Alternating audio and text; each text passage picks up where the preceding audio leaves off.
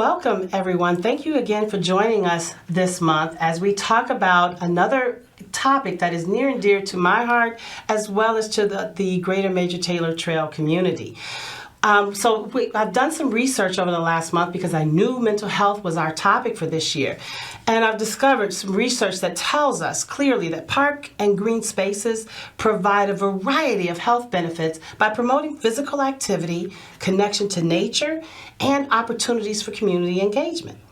Nature-based programs can even be prescribed by healthcare providers as part of alternative cost-effective treatment plans. There is also growing evidence to suggest that being in nature has positive effects on people's mental health. And studies have shown that green spaces can lower levels of stress, reduce rates of depression and anxiety, reduce cortisol levels, and improve general well-being. So not only can a simple walk in nature or a walk along the Major Taylor Trail boost your mood, but it can also improve your cognitive function and memory. Today, I want to introduce to you this dynamic mother-daughter team who has dedicated their life's work to advancing the mental health needs of Chicago's South Side residents and the Greater Major Taylor Trail community for more than 50 years. So I have here Dr. Brenda Thompson. She's a licensed clinical social worker, psychologist, and community activist who has resided on the South Side of Chicago for over 70 years. And I know she don't look like she could be that old, I'll take that. Dr. Thomas has more than 50 years of clinical and administrative experience. In October of 2000, Dr. Thompson established a private practice in order to provide culturally sensitive services to individuals, families, and communities impacted by the injustices of racism. Today, E.M. Branch and Associates Incorporated, which was actually named after her mother, offers an array of clinical and consulting services provided by a diverse group of highly qualified professionals. And then next to her is her beautiful daughter that looks like her twin, Dr. Nikia Sledge. For over 20 years, Dr. Nikia Sledge has had an abundance of experiences as a psychotherapist as well as an administrator. As a practicing clinician, she has worked with individuals, couples, and families for more than 23 years. She's a licensed clinical social worker with both experience and skill in working with anxiety and depression, including postpartum depression, chronic pain, relationship challenges, both couples and families, grief and loss, domestic violence, both the victim and offender can come and sit on her sofa, parenting challenges, dating and relationship struggles, trauma, cultural concerns, phase of life changes, and last but not least, Lord Jesus, job-related stress. I've had that too. So she's, you name it, she has worked in that area providing services. Now, in July of 2016, she earned her PhD in organizational leadership at the Chicago School of Professional Psychology. Did I say that school correctly? That's correct. You did. And with that, before we get into the questions and dig into it, I just want you to see this little 6-second clip of a promotional that this mother-daughter team has created. Can you play that link for us very quickly? Okay, it's not gonna work. Okay. Well, we'll just go ahead and get right into our Q&A, and you can take the teleprompter down now. We got it from here. So let's get into this topic, Dr. Sledge and Dr. Thompson. Well, before we get into the topic, Dr. Dixon, I want to say Happy New Year. Well, thank you. And we want to thank you so much for having us. I wouldn't have it. Nobody else could come here and do this topic for us other than the two of you, the way we're going to do it. Okay. So let's go ahead and let's get into this topic. Mm-hmm. Okay. So first thing that I want to ask you is what we've established in your bios, you've been in our community for a long time. Yes. Can you, between the two of you, can you just give us a synopsis? What kind of mental health problems are you seeing in our community?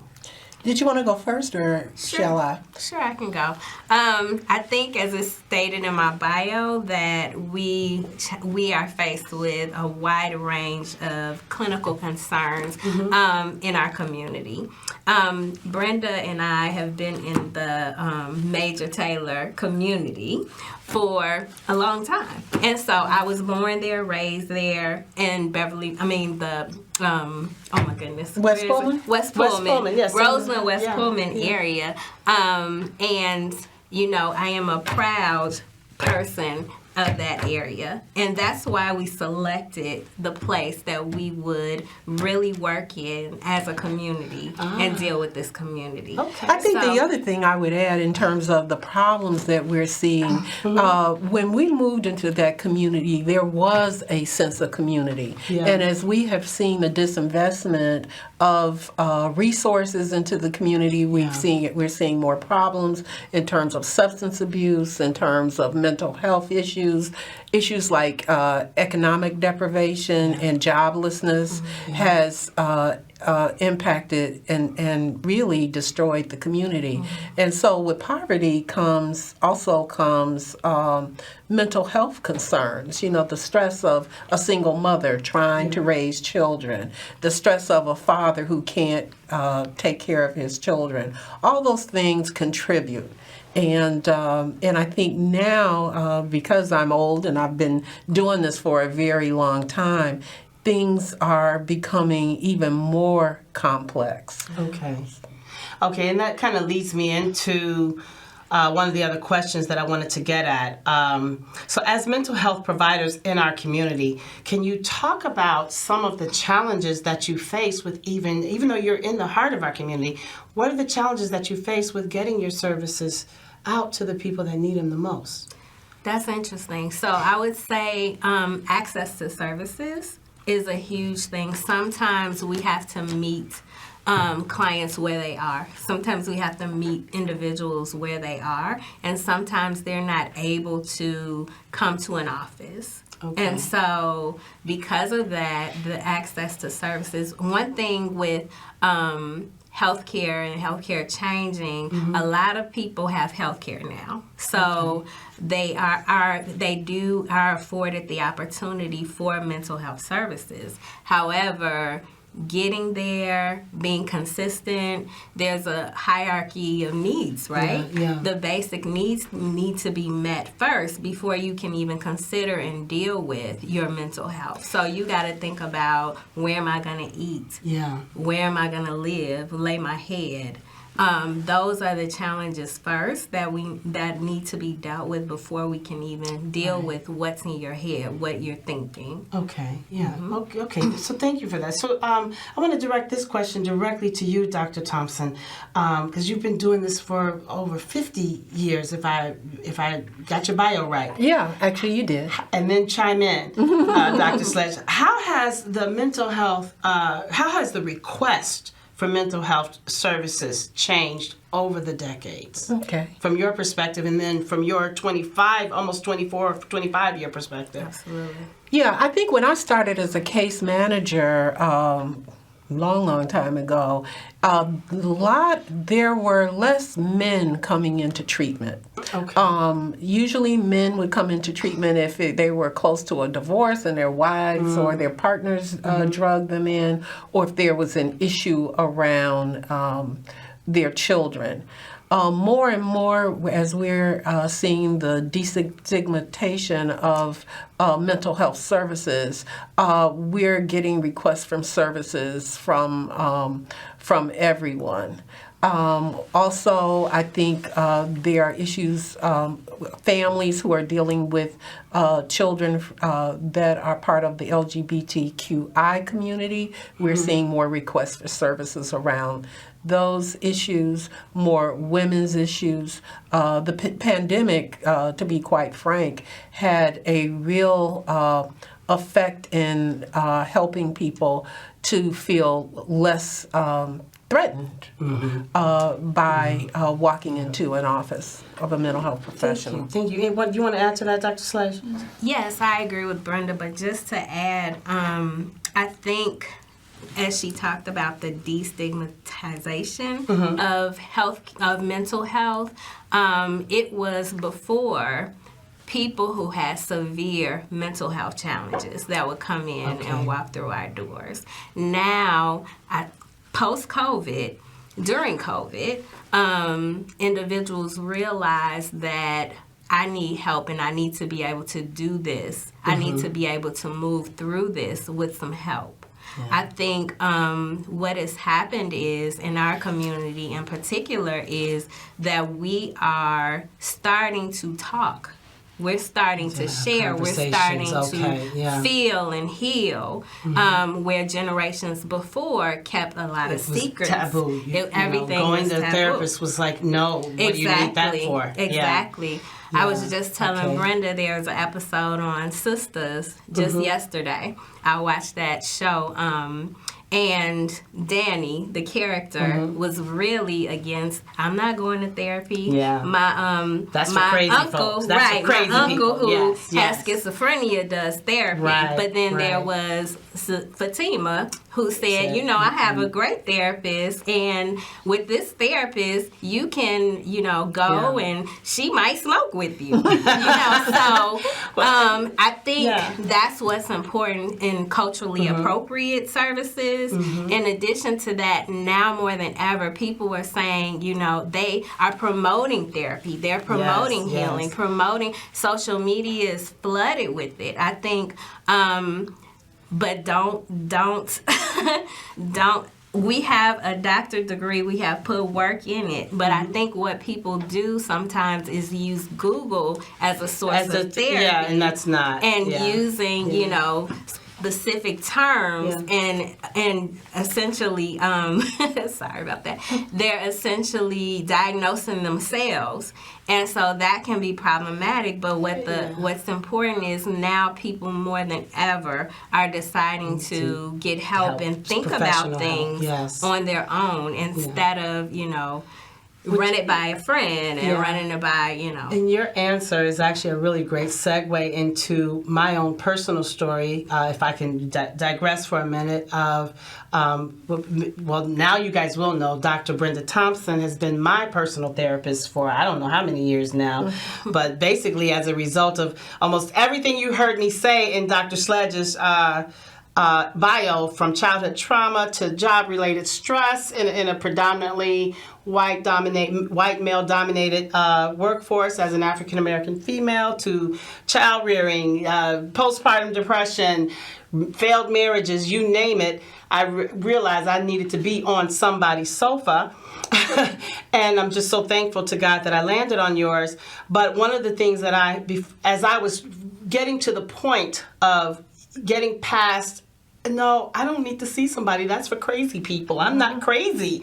I used physical activity as that's how I was soothing myself. I would go, oh my goodness, you name the forest preserve, Brenda has walked it. If I didn't walk it, I rode my bike. And so a question I wasn't really planning to ask you, but I know because she's been my therapist that she always gives homework.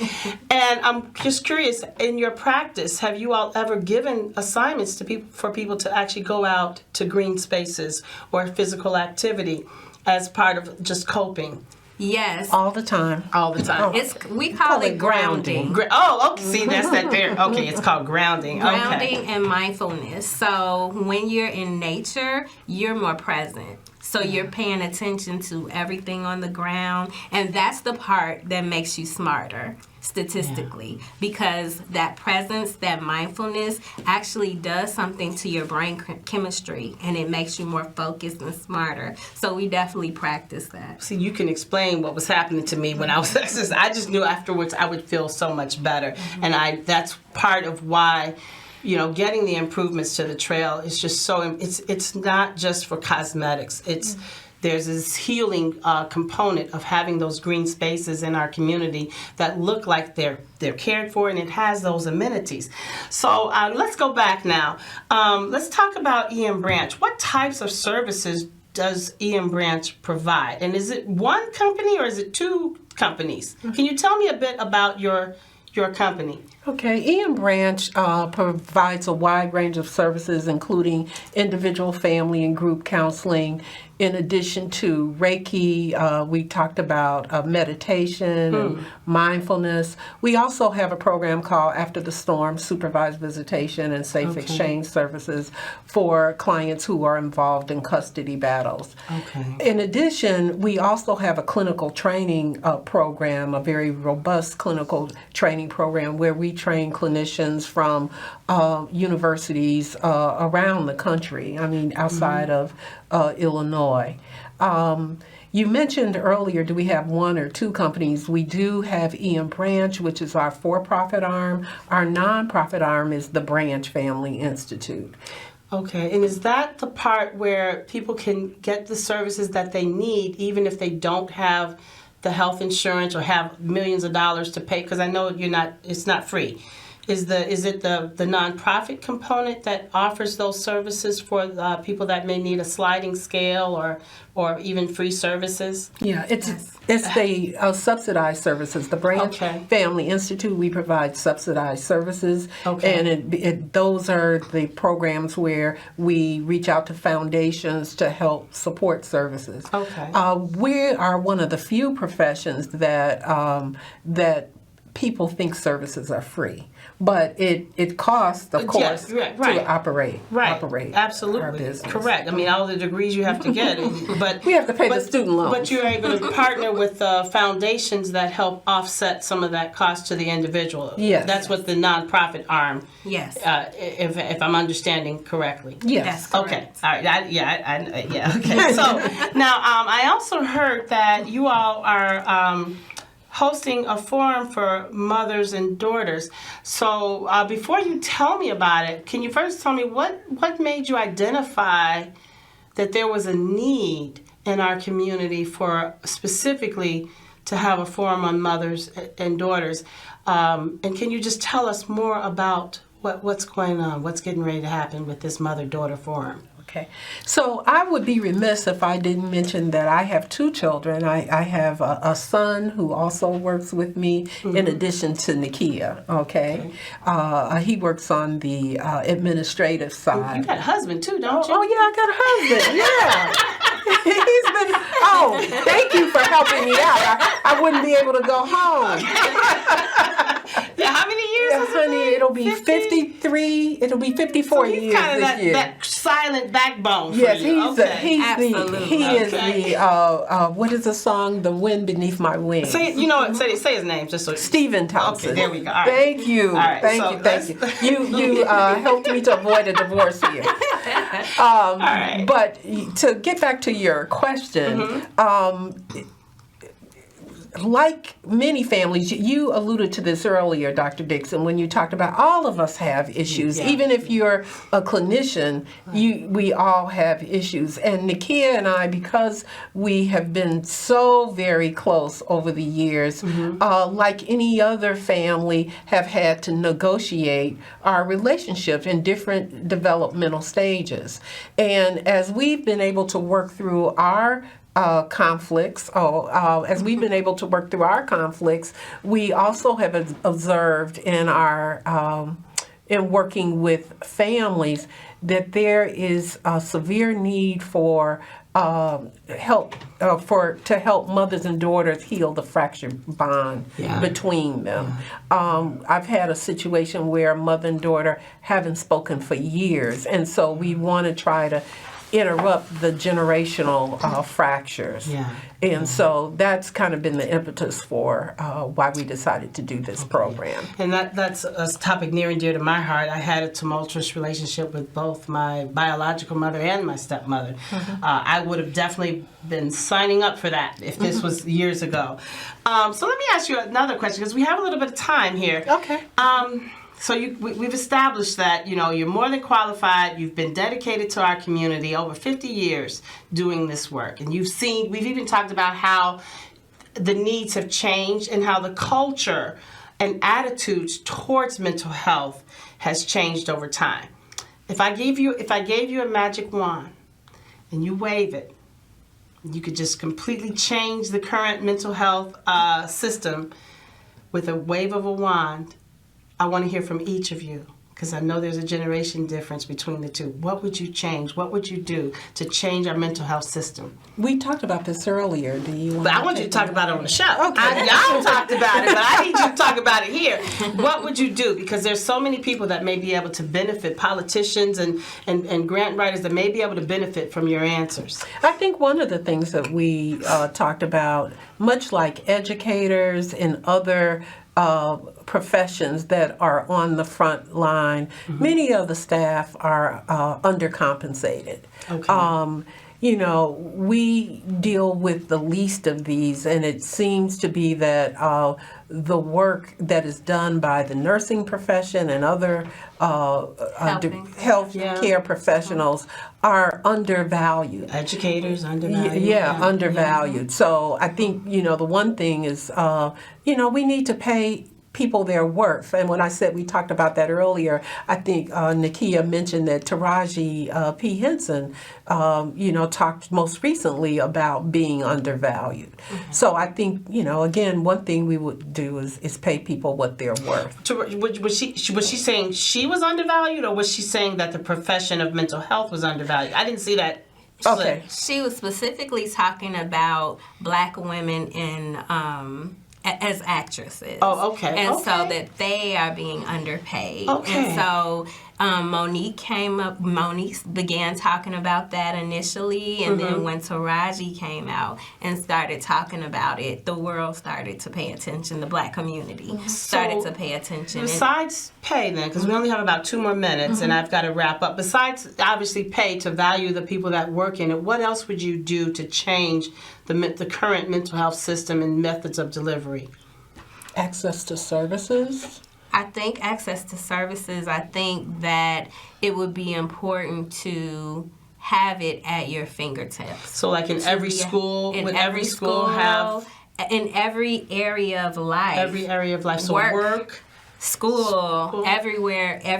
There would be a therapist on standby that ready to discuss it with you. Okay. Wow. Any other changes? So we would change the pay structure, obviously, and then you would change the service. That I feel that way about bike lanes. I think that everybody should have a bike lane within a half a block of their house, and every school should have a place for you to lock your bike up. But okay, so you're saying access. Every place there would be someone that could react to a crisis, or just someone that they needed to talk to. What other things about the system would you change besides pay? Is there anything else besides pay and then access? Well, pay of staff, but also pay of programs, because again, I think that when we talked about subsidized programs, those programs tend to, again, to be underfunded.